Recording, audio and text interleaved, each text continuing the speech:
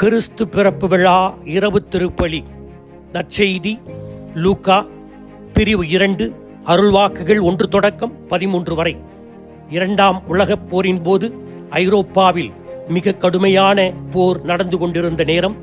Christmas மிக அருகாமையில் இருந்தது. ஒரு சில அமெரிக்க வீரர்கள் தங்கள் படை அணிகளின் வழித்தடத்தை தவறவிட்டார்கள்.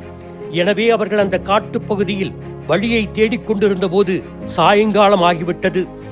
அங்கே அருகாமையில் ஒரு வீட்டிலிருந்து புகைப்போக்கி வழியாக புகை வருவதைக் கண்டு அந்த வீட்டை நோக்கி மெதுவாக கவனத்துடன் சென்றார்கள். அப்போது அவர்களுக்கு எதிரே ஒரு பெண்மணி வந்தார். அவர்களிடம், நீங்கள் பசியின் மயக்கத்திலும் வழி தெரியாத கலக்கத்திலும் இருக்கிறீர்கள். உங்களுக்கு நான் உணவு கொடுக்கிறேன், வீட்டில் தங்க இடத்தையும் ஓய்வெடுக்க கொடுக்கிறேன். ஆனால் ஒரே ஒரு நிபந்தனை, நீங்கள் என் வீட்டில் ஏற்கனவே விருந்தினர்கள் வந்திருக்கிறார்கள். அவர்களை நீங்கள் மதித்து நடக்க வேண்டும். வீட்டில் அமைதி நிலவ வேண்டும் என்றார். பிறகு அவர்கள் அதை ஏற்றுக்கொண்டு அந்த வீட்டில் நுழைந்தபோது எதிரணி படை வீரர்களின் சில ஜெர்மானிய வீரர்கள் மேசையிலே அமர்ந்தபடி அமெரிக்க வீரர்களை பதட்டத்துடன் பார்த்தனர்.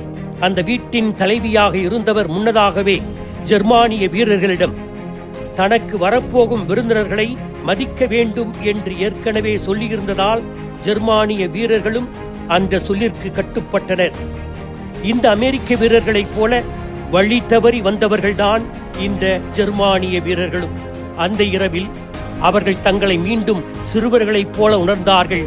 அந்த வீட்டில் தங்கள் வீடுகளை பற்றிய ஏக்கம் அவர்களுக்கு அந்த நேரத்தில் ஏற்பட்டது. அவர்கள் கிறிஸ்துமஸ் பாடல்களை பாடி மகிழ்ந்தார்கள்.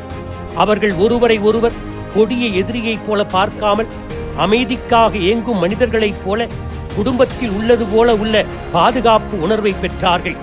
கை குலுக்கினார்கள். அடுத்த நாள் 2 பிரிவினரும் தங்களுடைய படை அணியிடம் போய் சேர்ந்தார்கள். கிறிஸ்துமஸ் என்பது அமைதிக்கான நேரம். போராளிகள் கூட கிறிஸ்துமஸ் நேரத்தில் அமைதியை எதிர்பார்க்கிறார்கள்.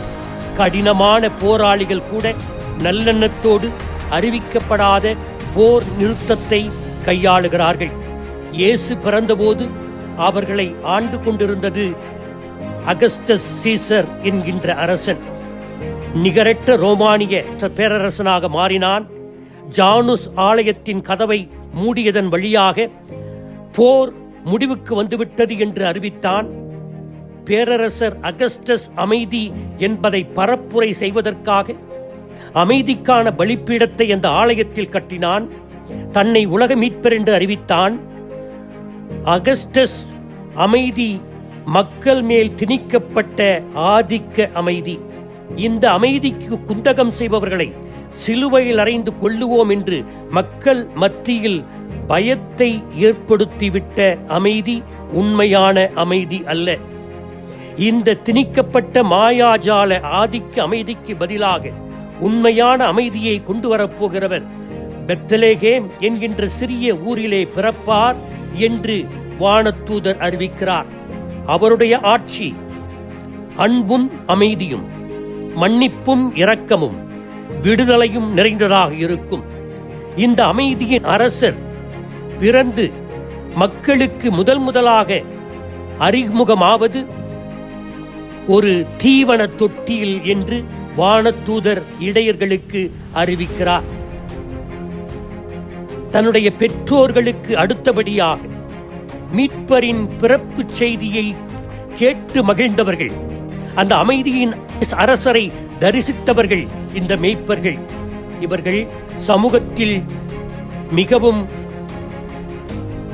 கடைசி இடத்திலே இருந்தார்கள். இந்த குழந்தை மீட்பராகவும் மெசியாவாகவும் ஆண்டவராகவும் இருப்பார் என்பதை அவர்கள் தெரிந்து கொண்டார்கள். இந்த கிறிஸ்துமஸ் கொண்டாட்டத்தின் செய்திகளில் ஒன்றுதான் அமைதி. பல செய்திகள் இருக்கின்றன, அதிலே ஒன்று அமைதி. உன்னதத்தில் கடவுளுக்கு மாட்சி உரித்தாகுக, உலகில் அவருக்கு உகந்தோருக்கு அமைதியாகுக என்று வானவர் தூதரணி பாடியது. எனவே நாம் அமைதியான வாழ்வை வாழ இந்த 5 ஹெச்களை மறக்கக்கூடாது. ஹானஸ்டி ஒன்று நேர்மை. ஆம், இன்றளவும் நேர்மை சிறந்த கொள்கையாக கொண்டாடப்படுகிறது.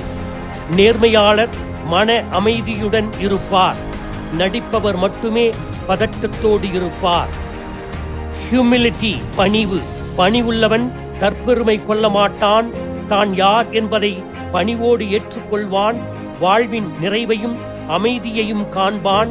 வேறு ஒருவனாகவோ அல்லது வேறு எதுவாகவோ அவன் நடிக்க ஆசைப்பட மாட்டான். ஹார்ட் ஒர்க் கடின உழைப்பு. கடின உழைப்புக்கு மாற்று எதுவுமில்லை. கடின உழைப்பாளிகள் அடுத்தவர்களை பார்க்க மாட்டார்கள். தங்கள் கைகளையும் கடவுளையும் நம்பி குடும்பத்தை அமைதியின் வழியில் நடத்துவார்கள். 4 ஹோலி. கடவுளின் வழிகளை பின்பற்றுங்கள், நீங்கள் அமைதியை பெறுவீர்கள். கடவுளின் அமைதி தூய்மையை விளைவிக்கும். கடவுளிடமிருந்து விலகிச் சென்றால் ஒருபோதும் அமைதியை காண முடியாது. 5 ஹியூமர் நகைச்சுவை. வாழ்க்கையை மிகவும் இறுக்கமாக பிடிக்காமல், உங்களை பெரிதாக எடுத்துக்கொள்ளாமல், நீங்கள் இலகுவாக எடுத்துக்கொள்ள முயற்சியுங்கள்.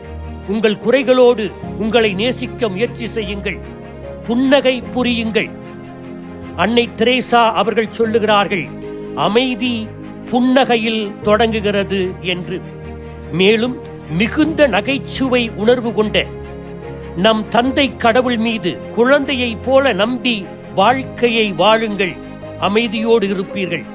நம்முடைய தந்தை கடவுள் மிகுந்த நகைச்சுவை உணர்வு உள்ளவரா? ஆதாரம் வேண்டுமா? கண்ணாடியில் உங்கள் முகத்தை பாருங்கள். உங்கள் அருகில் இருக்கும் நபரின் முகத்தையும் பாருங்கள். ஆமீன்.